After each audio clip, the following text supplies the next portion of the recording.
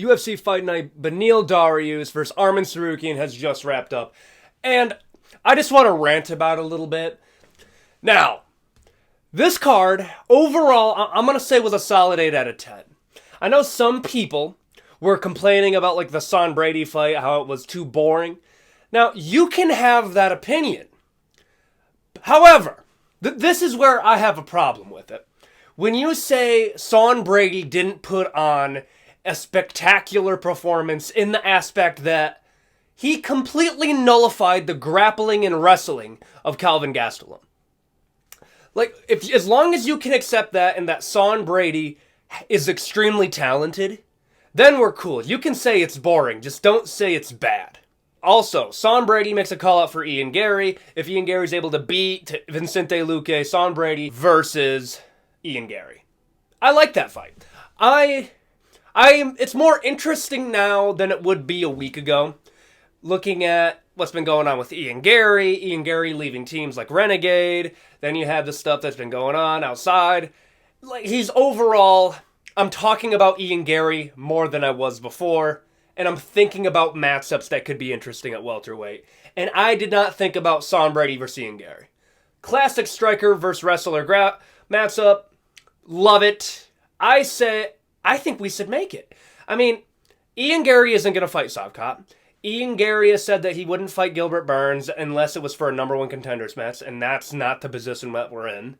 I think absolute best case scenario, Ian Gary has one more fight, and then he can fight for the title.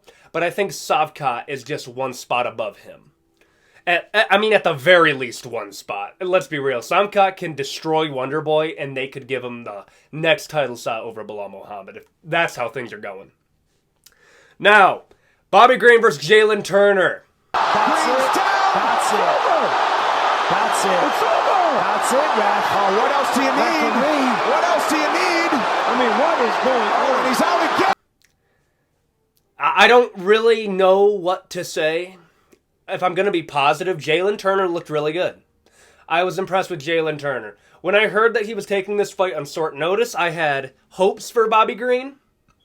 And then I found out Jalen Turner already had a fight planned. I forget with who. I'll probably put it in post who he was supposed to fight. But Jalen Turner was supposed to fight somebody. Now, he makes a call out for Renato Moicano after the Bobby Green fight. Interesting call out. I like the fight. Because it's not like he can call out Dan Hooker again. Dan Hooker beat him with one hand.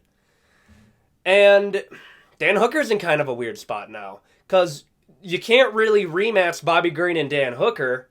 It just doesn't sound as good as it did when Bobby Green upset everybody and beat Grant Donaldson. Like, that fight lost its sparkle. So I'm not really sure what we do with Dan Hooker. Now, Arman Tsarukyan, Dariush. Amazing performance for Arman Tsarukyan. I had Beneil winning that. And when I saw Joaquim Silva almost lose to Clay Guida, I said to the people that I was watching it with, yeah, Arman's going to get fucked up by Beneil. Yeah, I was wrong. Because Joaquim Silva almost beat Arman Tsarukyan in the second round. I know Arman won by finish, but you almost got finished by Joaquim Silva. Clay Guida almost beat him. You lost to Gamrot, one of the flukiest win streaks in MMA history. Gamrot looks shit to Beneil. You lost to Gamrot. MMA math doesn't make sense, but I love this sport because we can now have a cool contender in Arman Tsarukyan. We have more fun matchups to make. I love Beneil Dariush. Seems like a cool dude. But Beneil Dariush versus Islam Makhachev does not sound as cool as Arman Tsarukyan versus Islam Makhachev 2.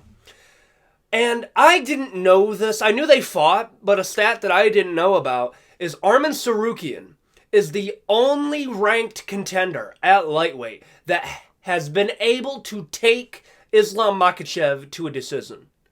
That is a crazy statistic. Now, also keep in mind, Islam Makhachev didn't have to fight a lot of ranked contenders. I mean, like, we gave him a lot of shit when he was fighting Charles Oliveira because bro beat Bobby Green and was able to get a number one contenders match. I know he beat Dan Hooker, but Dan Hooker at that point we thought was on the downslide. Dude literally went to featherweight and got his ass beat by Arnold Allen. So, understand, we were in a weird time in MMA at that point. But that's not what we're going to talk about. What are we going to do with Arman Tsarukyan, guys? I think with Beneil, just a process of an elimination. Beneil Dariush, Dustin Poirier. Both got horrifically KO'd in a matchup that I thought that they were going to win. Loser versus loser. Top 5 contender. Dustin Poirier, Beneil Dariush. Put them together. Let's see what happens. You can put that on a numbered card to open it up. If you want to be nice to the fans, and if they want to do a 5-round main event, Dustin Poirier, Beneil Dariush, that sounds kind of cool for a 2024 card. And Arman Tsarukyan. I've been bouncing what the next matchup is going to be for a while, because it really depends on what Islam wants to do. If Islam wants to fight Charles Oliveira again, then we can do the rematch there, and then we can put Arman Tsarukyan against Justin Gaethje. But that's not what I think's going to happen. What I think's going to happen is they are going to do Justin Gaethje versus Max Holloway, BMF belt, UFC 300. I am a fan of that. That is a good super fight. And it's a fight that we don't have to give a lot of pay-per-views to if we're on the same Conor card on UFC 300. Now, if that happens, where does this leave Arman? I think Arman Tsarukyan versus Charles Oliveira really is the only fight you can make.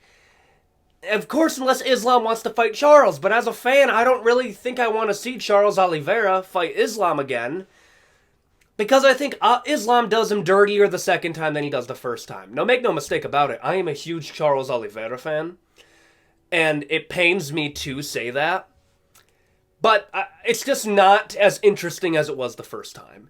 Honestly, Arman Tsarukyan versus Islam Makhachev 2 is a more interesting fight than Charles Oliveira versus Islam Makhachev 2. That's just my opinion, of course, but that's how I'm viewing this situation right now. So, Arman Tsarukyan, the absolute worst case scenario for him is Arman Tsarukyan versus Gamrot 2, and the only reason that I'd be okay with that fight is if it was a fight night main event so we can keep Arman conditioned for 5 rounds. And if he beats him, we can throw him into that title shot contention. Because, let's be real, if Gamrot beat Beneil Dariush, he would have gotten a title shot. If Charles beat Beneil and got the next title shot at Islam Makhachev.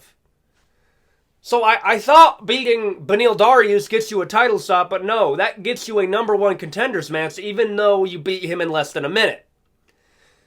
So, in my mind, Arman Tsarukyan should either be fighting for the title or fighting Charles Oliveira for a number one contenders match. Because let's be real here, Islam Makhachev, if he has it his way, isn't going to be fighting until Abu Dhabi of 2024, which is looking like it's going to be in October.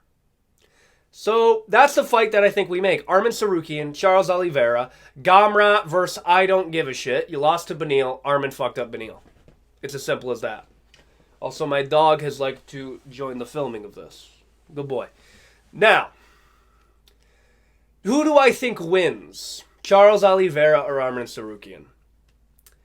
I think Arman gets it done. I've been doubting Arman Tsarukyan for a while now, ever since the Gamrot fight. But the reason why I think he's going to beat Charles Oliveira is Charles Oliveira gets chinned. He gets dropped. Islam Makhachev had the grappling to take advantage when he was able to get on top position and was able to submit him rather easily. And I think Arman's jiu-jitsu, Arman's grappling is at the very least good enough to survive. Striking is pretty close. Charles Oliveira and Arman Tsarukyan. But the grappling's also pretty close too. I give the slight edge in striking to Arman, but I give the slight edge in grappling to Charles Oliveira. But I definitely give the chin to Arman Tsarukyan. I don't know who's going to win, but that's what a good fight is. We don't know who's going to win, but that is going to sell. It doesn't matter what card you put it on, a numbered card, and we got some good cards to put it on in 2024. I say let's book it. But if you think I'm wrong, What fight should we make for Arman Tsarukyan? Put it in the comment section below.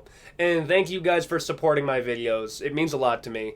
But, again, if you want to support me even further, like, subscribe, comment, you know, the usual.